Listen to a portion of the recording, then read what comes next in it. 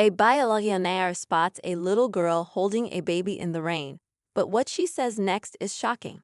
The rain fell relentlessly, soaking the streets in a chilling downpour.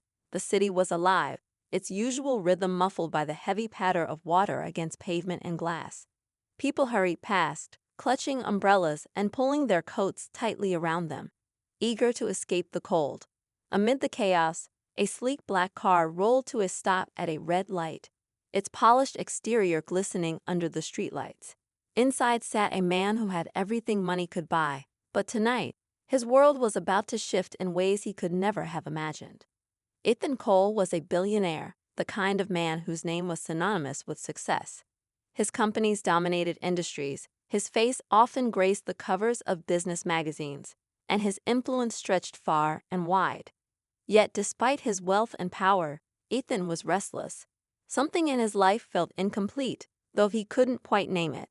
Tonight, he was lost in thought as his driver navigated the rain-soaked streets, his mind preoccupied with deals and deadlines, until he saw her. It was a fleeting moment, but one that would sear itself into Ethan's memory forever. On the sidewalk, just beyond the glow of the flickering street lamp, stood a little girl. She couldn't have been more than 8 or 9 years old. Her small frame was hunched against the rain, her thin jacket clearly offering no protection against the biting cold. But what truly caught Ethan's attention was what, or rather, who, she was holding. Cradled in her arms was a baby, swaddled in a damp blanket that did little to shield it from the elements. The sight was striking, almost surreal. The girl stood there, her wide eyes scanning the streets as though searching for something or someone. Ethan leaned forward, his curiosity piqued. "Slow down," he instructed his driver, his voice calm but firm. The car eased to a crawl, and Ethan's eyes remained fixed on the girl. What was she doing out here, alone in the rain? Where were her parents? The questions swirled in his mind, each one more urgent than the last. The light turned green, and the driver glanced at him in the rearview mirror, waiting for a decision. "Stop the car," Ethan said suddenly. His driver hesitated for a moment before pulling over to the curb. Ethan grabbed an umbrella from the seat beside him and stepped out into the downpour, the cold immediately biting through his tailored suit. He walked toward the girl, his polished leather shoes splashing through puddles. As he approached, the girl looked up, her expression a mix of fear and defiance. She clutched the baby closer to her chest, her knuckles white with tension. "Hey," Ethan began, his voice gentle. He crouched slightly, trying to make himself less intimidating. "Are you okay? Do you need help?" The girl's eyes narrowed, as if she were trying to decide whether he could be trusted. For a moment, she said nothing, her grip on the baby tightening. Ethan noticed how fragile she looked, her soaked hair plastered to her face, her lips tinged blue from the cold. The baby in her arms let out a soft whimper, its tiny fist poking out from the blanket. "Please," Ethan said, his tone softening further. "I'm not here to hurt you. I just want to help." Finally, the girl spoke, her voice trembling but steady enough to convey the weight of her words. "You can't help," she said. "Nobody can."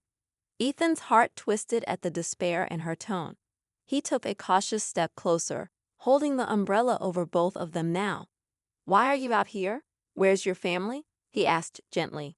The girl hesitated, glancing down at the baby before meeting his gaze again. Her next words hit Ethan like a freight train. "They're gone," she said simply. "It's just us now." Ethan felt a lump rise in his throat. He had faced countless challenges in his life. Boardroom battles, hostile takeovers, high-stakes negotiations, but nothing had prepared him for this. The raw vulnerability in the girl's eyes was unlike anything he had ever seen.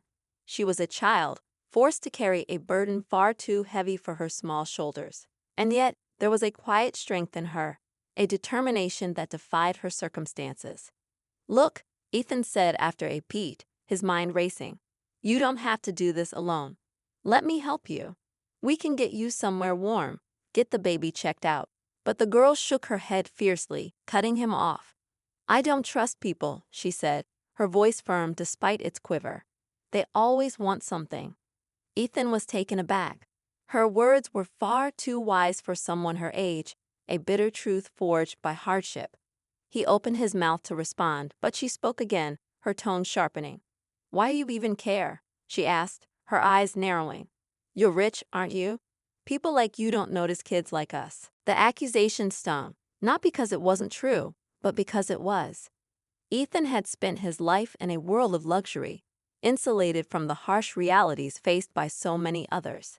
And now, confronted by this little girl and her heartbreaking situation, he felt a pang of guilt. She was right. He had spent years looking past the struggles of others, too consumed by his own ambitions to see the world beyond his bubble. But this was different. This moment was different. Ethan didn't know why, but something about this encounter felt significant, like a thread pulling at the fabric of his carefully constructed life. "You're wrong," he said softly. "I do notice, and I care." The girl stared at him for a long moment, her expression unreadable. Then, as if testing him, she asked a question that would change everything. "If you care so much," she said, her voice barely audible over the rain, "then why don't you prove it?" Ethan felt the weight of her words settle over him. This wasn't just a challenge, it was an invitation, an opportunity to do something that mattered, to step outside the comfort of his wealth and privilege and make a real difference. But how could he prove himself to a child who had every reason not to trust him?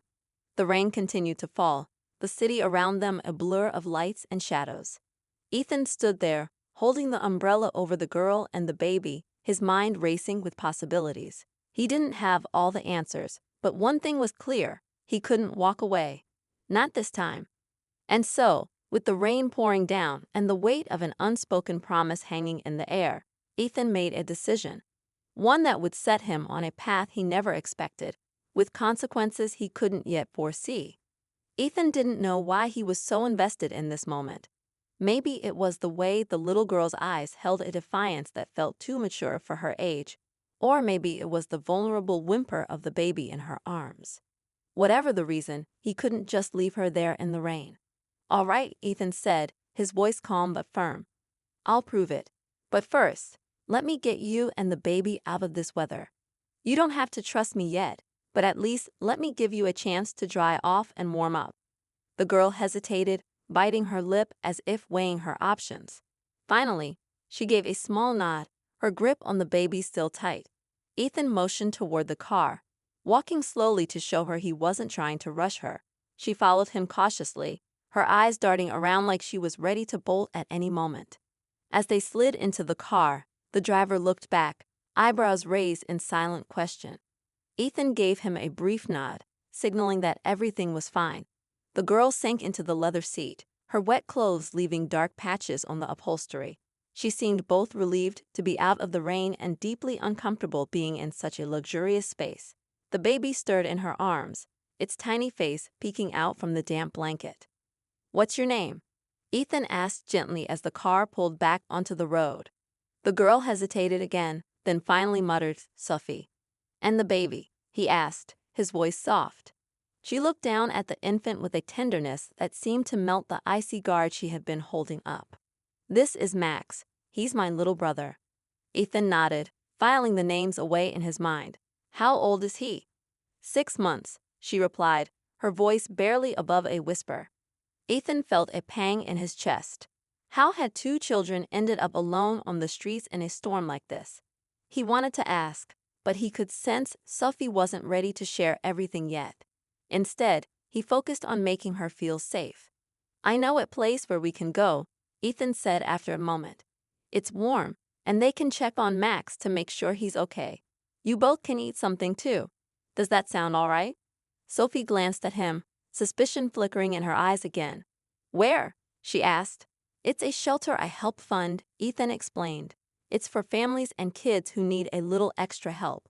You don't have to stay if you don't want to. But I think it would be good for Max to get checked out. Babies need to stay warm and healthy." Sophie stared at him for a long moment, then nodded. "Okay," she said softly. The car wove through the streets until it reached a modest building with warm lights glowing through the windows. A small sign above the door read Haven House. Ethan stepped out first, holding the umbrella to shield Sophie and Max as they made their way inside. The woman at the front desk looked up and smiled warmly when she saw Ethan. Mr. Cole, she greeted, her tone full of respect. What brings you here tonight? I found these two out in the rain, Ethan said, gesturing towards Sophie and Max. They need some help. Can we get— Sophie clung tightly to Max, her steps hesitant as she followed the woman down the hall. Ethan stayed behind, watching until they disappeared around the corner. He let out a breath he hadn't realized he'd been holding. Over the next hour, Ethan learned bits and pieces of Sophie's story. The staff at the shelter had managed to coax some details out of her. Her parents had both passed away in a tragic accident months ago, leaving Sophie to care for Max on her own. She had no other family to turn to, and the system had failed her, leaving her and Max to fend for themselves. They had been moving from place to place, trying to survive, but it was clear that the struggle had taken a toll. Ethan's heart ached as he listened. He couldn't imagine the strength it had taken for a child to endure so much. Yet, as heartbreaking as Sophie's story was, it was also a wake-up call. For years, he had thrown money at charities and causes, thinking that was enough. But now, faced with the reality of Sophie's situation, he realized how disconnected he had been. This wasn't just a problem to solve, it was a life to change. As the night wore on, Ethan couldn't shake the image of Sophie and Max from his mind. He found himself pacing the small office the shelter had provided for him to wait. He knew he had resources most people could only dream of, but he also knew that money alone wouldn't fix everything. Sophie needed more than a temporary solution. She needed stability, safety, and someone she could trust. When Sophie finally returned, Max nestled in her arms, and bundled in a fresh blanket, she looked more at ease. The warmth and care of the shelter had softened her guarded expression, but there was still a flicker of doubt in her eyes. "Are you okay?" Ethan asked, stepping toward her. Sophie nodded, shifting Max slightly. "They said he's fine. Just cold and hungry. They gave him some formula." "That's good," Ethan said with a small smile. He hesitated, then added, "Sophie, I want to help you. Not just for tonight, but for as long as you need. I have the means to give you and Max a safe place to stay, to make sure you both have what you need. But it's up to you. I won't force anything." Sophie looked at him, her expression unreadable. She seemed to be searching for something in his face, maybe sincerity, maybe a sign that he could be trusted. Finally, she asked, "Why do you care so much?" Ethan paused, caught off guard by the question. He thought about all the years he had spent chasing success, the emptiness he had felt despite having everything he could ever want. And then he thought about Sophie, standing in the rain, holding Max with a fierce determination that belied her age. "Because I've spent my whole life looking past people like you," he admitted quietly, "and I think it's time I stop." Sophie didn't respond right away, but as the seconds stretched into a silence heavy with unspoken words, Ethan could see the smallest crack in her armor. It wasn't much, but it was a start. And as the night settled over the city, Ethan realized that this wasn't just about helping Sophie and Max. It was about changing himself, about finding purpose in a life that had always been defined by numbers and power. For the first time in years, Ethan felt like he was exactly where he was supposed to be. The next morning, sunlight poured through the windows of the shelter, casting a soft, golden glow across the room where Sophie and Max had slept. Ethan sat in the lobby, sipping a cup of coffee that had gone cold hours ago. He had barely slept, his mind racing with ideas about how to help them. But he knew this wasn't about throwing money at the problem. It was about trust, and Sophie wasn't the kind of child to give hers easily. When Sophie appeared, holding a now content Max in her arms, she seemed a little different. She was still cautious, but the deep lines of worry etched into her young face had softened, even if just slightly. Ethan stood, unsure of how to start. He didn't want to overwhelm her, but there was so much he wanted to say. "Good morning," he said with a small smile. "Did you sleep okay?" Sophie nodded, shifting Max in her arms. "It was warm," she said quietly. "Thank you for everything." Ethan felt a flicker of hope. It wasn't much, but it was enough to keep him going. "I was thinking," he said carefully, "I could show you where I live. There's a guest house on the property that's private and quiet. You and Max could stay there for as long as you need. No pressure, just a place to rest and figure out what's next." Sophie hesitated, her eyes narrowing slightly as she weighed his words. "Why would you do that for us?" she asked, her tone guarded. Ethan sighed, running a hand through his hair. "Because you deserve a chance to feel safe," he said simply. "You've been through so much, and I can't imagine what that's been like. I just want to help. No strings attached." She stared at him for a long moment, as if trying to see through him, to determine whether he was being genuine. Finally, she gave a small nod. "Okay," she said softly. "We'll try it." Relief washed over Ethan, but he kept his excitement in check. He knew this was just the beginning. "Great," he said with a warm smile. "Let's get you and Max settled." The drive to Ethan's estate was quiet, but not uncomfortably so. Sophie kept glancing out the window, her expression a mix of curiosity and apprehension. When they arrived, her eyes widened slightly as she took in the sprawling property.